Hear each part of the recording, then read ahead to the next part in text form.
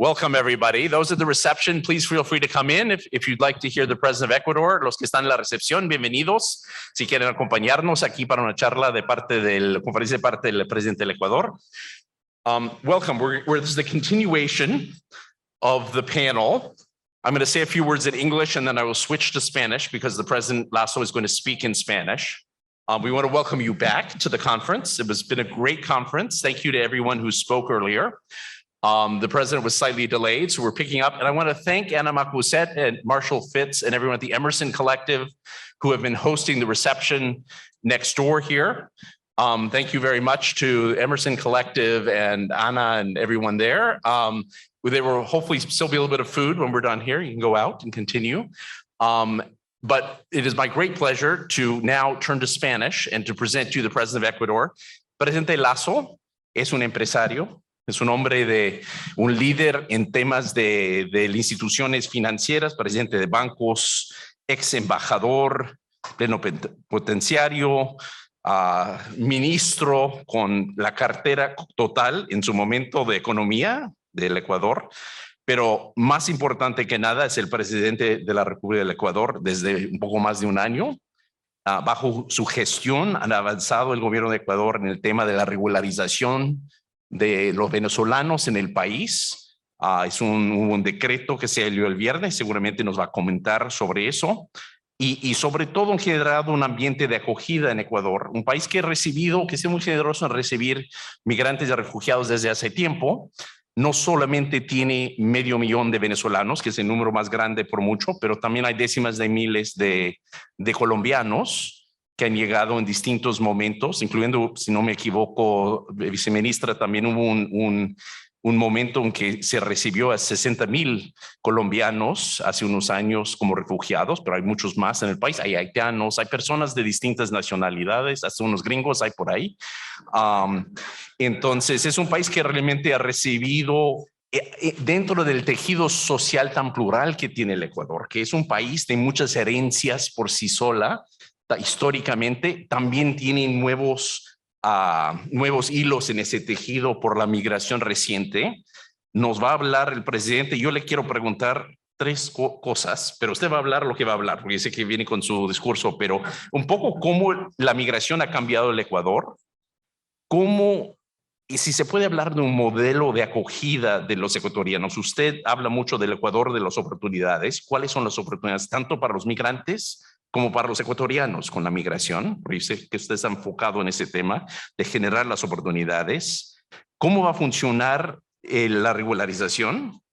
Si quiere hablar de eso. Y también a final de la semana va a haber una firma de una declaración de principios sobre inmigración y protección por parte de los países. ¿Y qué sentido tiene eso? ¿Qué propósito tiene eso? ¿Y cómo ayuda la cooperación internacional en el tema de la migración? Pero usted es el presidente de la República y puede hablar de lo que usted guste. Entonces, adelante, presidente. Hablar de podio, ¿no? Sí, adelante.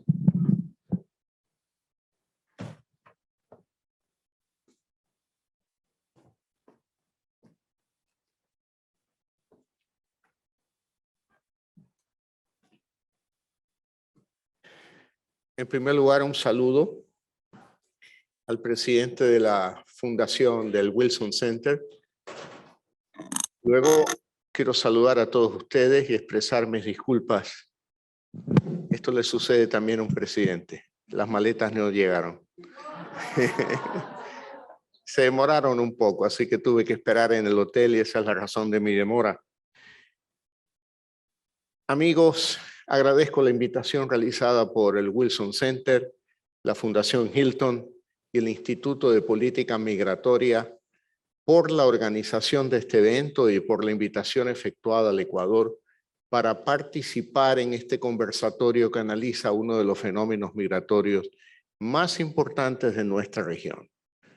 Como ustedes conocen, el Ecuador es un referente regional y mundial en materia de movilidad humana, no solo por su larga tradición como un país de origen, tránsito, acogida, retorno y refugio de migrantes, sino también por las varias acciones que lleva a cabo en materia de atención a los migrantes y refugiados que arriban a nuestro país. El Ecuador acoge y atiende las necesidades de migrantes y refugiados sin discriminación de su condición migratoria, priorizando a los grupos más vulnerables. Es digno de destacar que el Ecuador es el principal receptor de refugiados en el hemisferio, con más de 72,000 personas reconocidas oficialmente con ese estatus. Por otra parte, según la plataforma interagencial de Naciones Unidas para Migrantes y Refugiados de Venezuela, el Ecuador es uno de los 3 principales países receptores de la migración venezolana en la región de América Latina y el Caribe. A pesar de las dificultades económicas que las tenemos y presupuestarias que ha atravesado nuestro país, se han impulsado acciones efectivas en favor de los más de 500,000 ciudadanos venezolanos que permanecen en territorio ecuatoriano. Por citar solo alguna de estas acciones, nuestro país facilita el acceso universal de esta población migrante a los servicios de salud y de educación. Independiente de su condición migratoria, en 2020, por ejemplo, se efectuaron en salud 400.571 atenciones a ciudadanos venezolanos, con una inversión estimada de $36 millones. Además, para el periodo 2021-2022, un total de 87.265 estudiantes extranjeros se encuentran matriculados en el sistema educativo nacional, de los cuales 60,000 son estudiantes venezolanos, con una inversión estimada de casi $82 millones. Ante la emergencia provocada por el COVID-19, el Ecuador incluyó en su plan de vacunación a más de 1 millón de ciudadanos extranjeros, de los cuales más de 250,000 son de nacionalidad venezolana. Según las cifras del Banco Mundial, la atención en salud, educación y otros servicios sociales y migratorios que ofrece el Estado ecuatoriano a la población venezolana en movilidad humana representa actualmente más de $80 millones. Hablo de cifras y quisiera que ustedes tengan como referencia que el Producto Interno Bruto del Ecuador son $100 billones, que la población total son 18 millones de habitantes.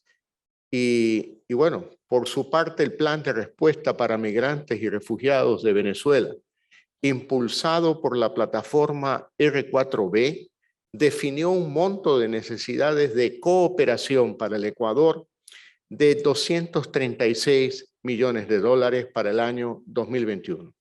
A enero del 2022 se alcanzaron solo $70 millones, 29% de parte de la cooperación internacional.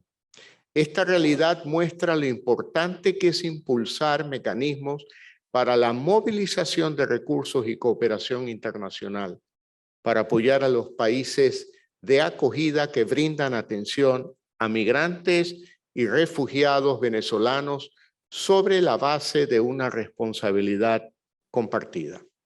Esta necesidad se hace aún más imperiosa para el Ecuador debido a que nos encontramos a las puertas de un nuevo proceso de regularización que llevará a cabo el gobierno nacional y que tendrá como objetivo brindar una nueva oportunidad para la estancia regular de ciudadanos venezolanos y de otras nacionalidades. Este proceso contempla además un componente de integración socioeconómica de ciudadanos migrantes que se llevará a cabo con el apoyo de la cooperación internacional. Estoy seguro de que espacios de diálogo e intercambio como este son útiles, no solo para la reflexión académica y el debate político del fenómeno de la migración venezolana en la región, sino también para sensibilizar e invitar a la comunidad internacional a unir esfuerzos y trabajar mancomunadamente en la atención y bienestar de nuestros hermanos venezolanos y de sus comunidades de acogida. Yo quiero decirles a ustedes que esta política que acabamos de suscribir por medio de un decreto ejecutivo hace una semana aproximadamente, se basa en un principio de humanismo. En la década de los 60 del siglo pasado, hubo una gran oleada migratoria de ecuatorianos hacia los Estados Unidos. Fueron acogidos y se insertaron en la sociedad americana a través de la educación, a través del empleo, inclusive ya algunos a través de la propia actividad política en sus localidades. Y luego, a finales del siglo XX, tuvimos una grave crisis económica en el Ecuador que afectó a muchas familias ecuatorianas que buscaron migrar a Europa, fundamentalmente España e Italia. Sobre España coincidió con un gran boom económico y generación de empleo. Y España, hay que reconocer que tanto como los Estados Unidos fue muy generosa con los ecuatorianos. Y al mirar estos dos antecedentes, yo dije, bueno, tenemos que corresponder a la historia. Tenemos que actuar con el mismo humanismo con el que nos trataron a los ecuatorianos, tratar a los extranjeros. Y de manera particular a este gran número de venezolanos que ha llegado al Ecuador. El proceso o la política pública que estamos planteando es reconocer su presencia, entregarles una cédula de identidad y que adquieran todos los derechos como cualquier otro ciudadano ecuatoriano en materia de educación, en materia de salud, como ya lo dije, en materia de vacunación, se inserten en la sociedad ecuatoriana. Yo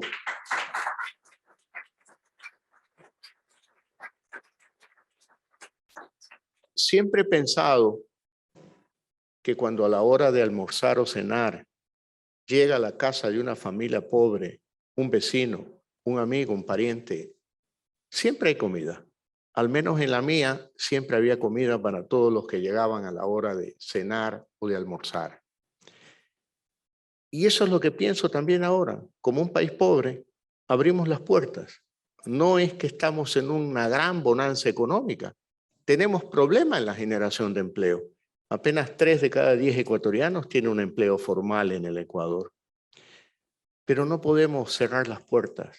Cerrar las puertas a un grupo importante de hermanos venezolanos que salen en estampida, lamentablemente, de su propio país por las condiciones políticas y económicas que son públicas y que no viene al caso acá recapitular nuevamente.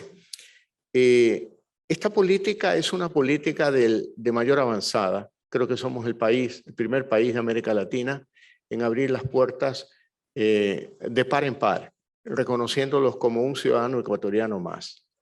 Nos las vamos a arreglar, porque necesitamos en esto sí con claridad la cooperación internacional.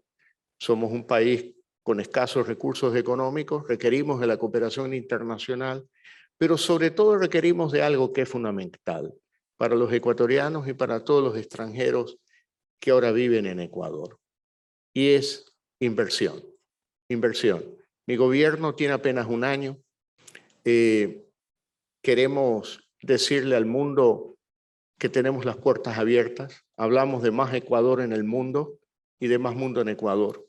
De más Ecuador en el mundo hablamos de más exportaciones del Ecuador al mundo.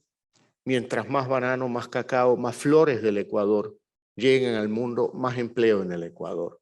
Y si hay más empleo en el Ecuador, hay menos ecuatorianos interesados en salir del país, menos migración. Y yo, en la última conversación que tuve con el presidente Biden, le dije con claridad, necesitamos un tratado de libre comercio.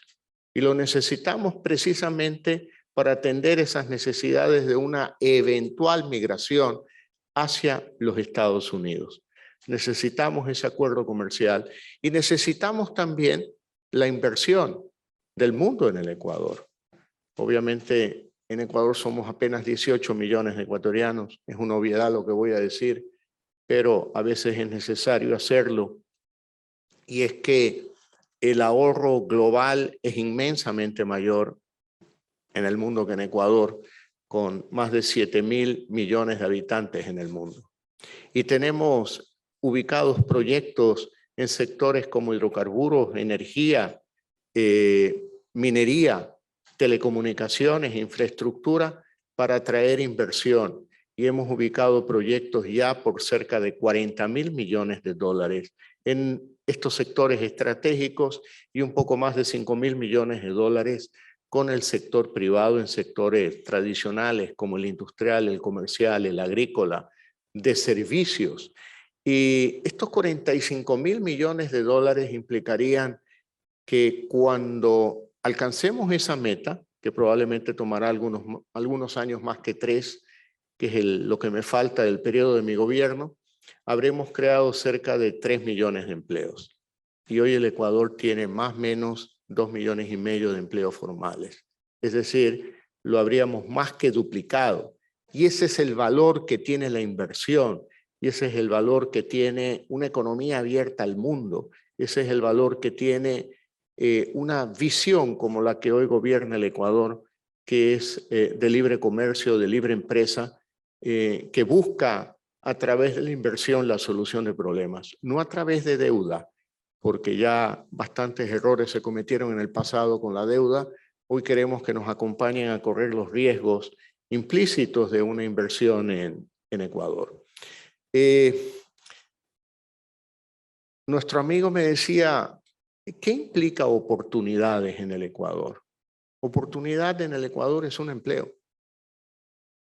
Algo tan sencillo como eso.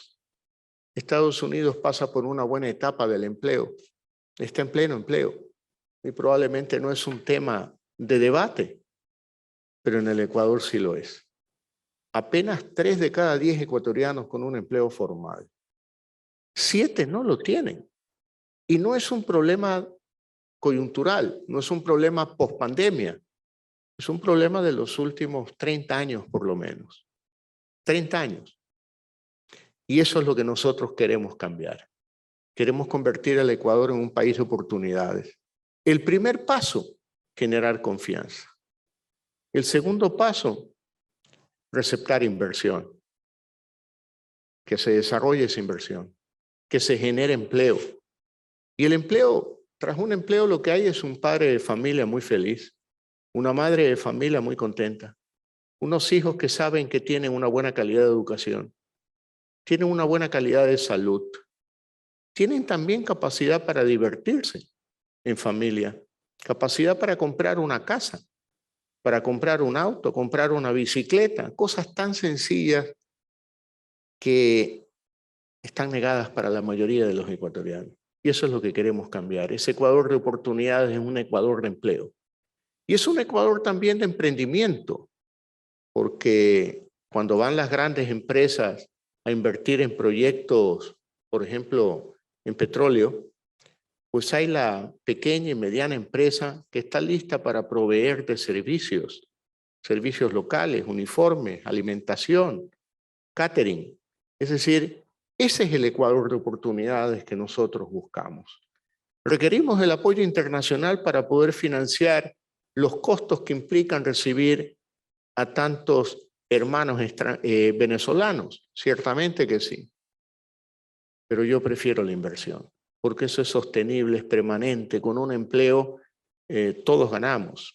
Ese es el Ecuador de oportunidades, pero usted me estaba haciendo 4 preguntas que las quiero responder. Yo creo que he contestado casi todos. Uno más le voy a hacer, si le Claro, parece. Que van a encantado. firmar el viernes una declaración de principios en tema migratorio con otros países.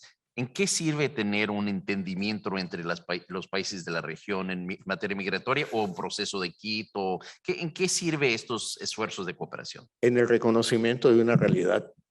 Porque cuando no se habla de los problemas, parecieran que los problemas no existen.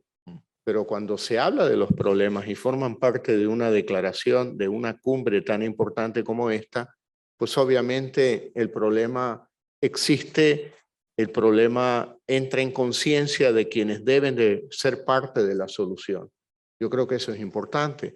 Y siempre tiene que partir de alguna manera de lo que nosotros partimos, porque yo anuncié esta política desde el primer día de mi gobierno y le expliqué, como se les ha explicado a ustedes, de la manera más sencilla, desde el punto de vista humanitario, desde el punto de vista de que no podemos cerrarle las puertas a ningún ser humano que por las razones que ya conocemos emigran de sus países en busca de un sueño que le negaron en su país.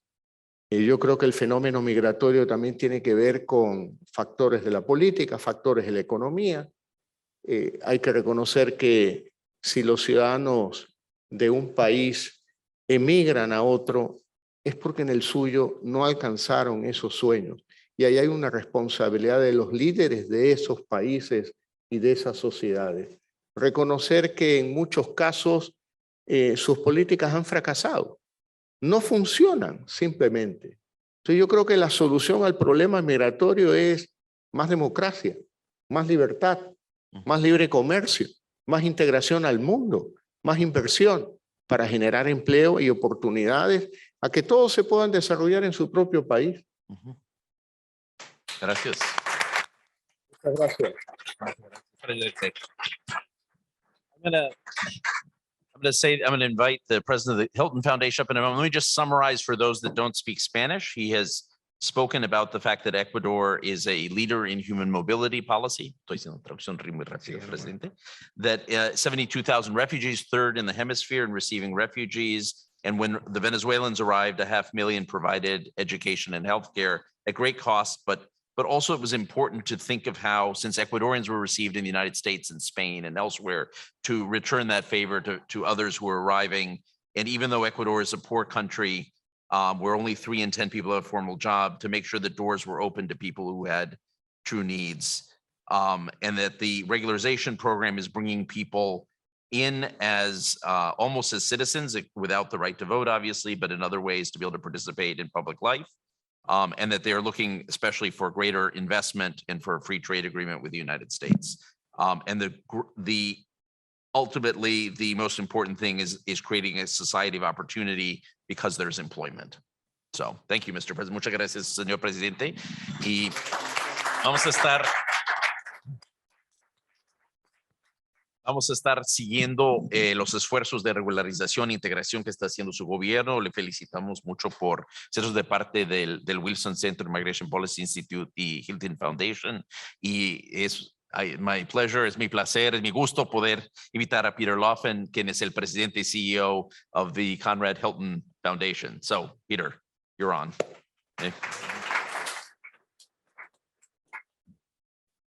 Thank you very much, Your Excellency. You recall a few hours ago, John Tan told us this was going to be a very good show. And I think we've had it. We had 2 tremendous panels. We had 2 inspiring speeches by heads of state. But I think the main thing here, think back to the conferences you've gone to.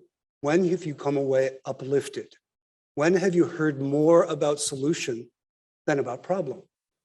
I think this is amazing. I'm here as a proud Angelino. The Hilton Foundation is a member of the host committee for the Summit of the Americas. We are very glad to welcome you all to our city, which is a dynamic, creative, very energetic, diverse place, but it's a place that has a lot of problems too. And I think we are eager to learn from the experience of others, which can inspire us. Just as Ivan Duque was saying to us earlier that John F. Kennedy's nation of immigrants inspired him, I think we can take that same inspiration away from today. And I think we can all feel nourished and energized by what we've heard and learn where we can take it. And I think President Lasso as well, the saying, just frankly, no podemos cerrar las puertas. Because even if we are living in difficulties, and when the United States says it's having economic problems, it's nothing compared to other countries, but we can't use that as a reason for policy. So I think it is important and fitting that we recognize the Colombian and the Ecuadorian presidents and their peoples for their examples of leadership in ensuring the protection and inclusion and integration of migrants. Both countries, in their own unique ways, are demonstrating to the region and to the world profound impacts that inclusive policies and programs can have. And I think as many speakers said today on the panels, The implications of what you've heard about here today are not at all limited to the experience of Venezuelan refugees. And I know a number of you in this audience have responsibilities for Latin America, but also for the rest of the world. And I think it is very much an opportunity for all of us to spread the word and to spread the example and to share the inspiration that we've had today. The efforts that were described by both governments are really extensive, and they go beyond what governance alone, whether they be national or local, can supply. They call on us for effective and dynamic multi-stakeholder partnerships that include the private sector, that include civil society, that include philanthropy and academia. If we all pull together, we will be able not only to have the same results, but sustainably and for years to come. And I would like to also echo what President Duque said about coordinated efforts and not just piecemeal efforts. And of course, this applies not only to bilateral cooperation, but also to philanthropy.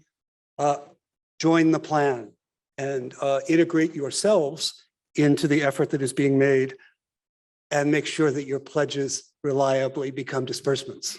So we at the Hilton Foundation, like all of the rest of you in this room, envision a world in which migrants are welcomed and accepted as contributors and strengths, and bring notable dividends to the communities that host them.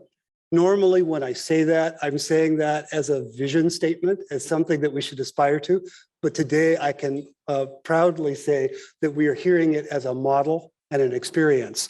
And those are the best supports to vision.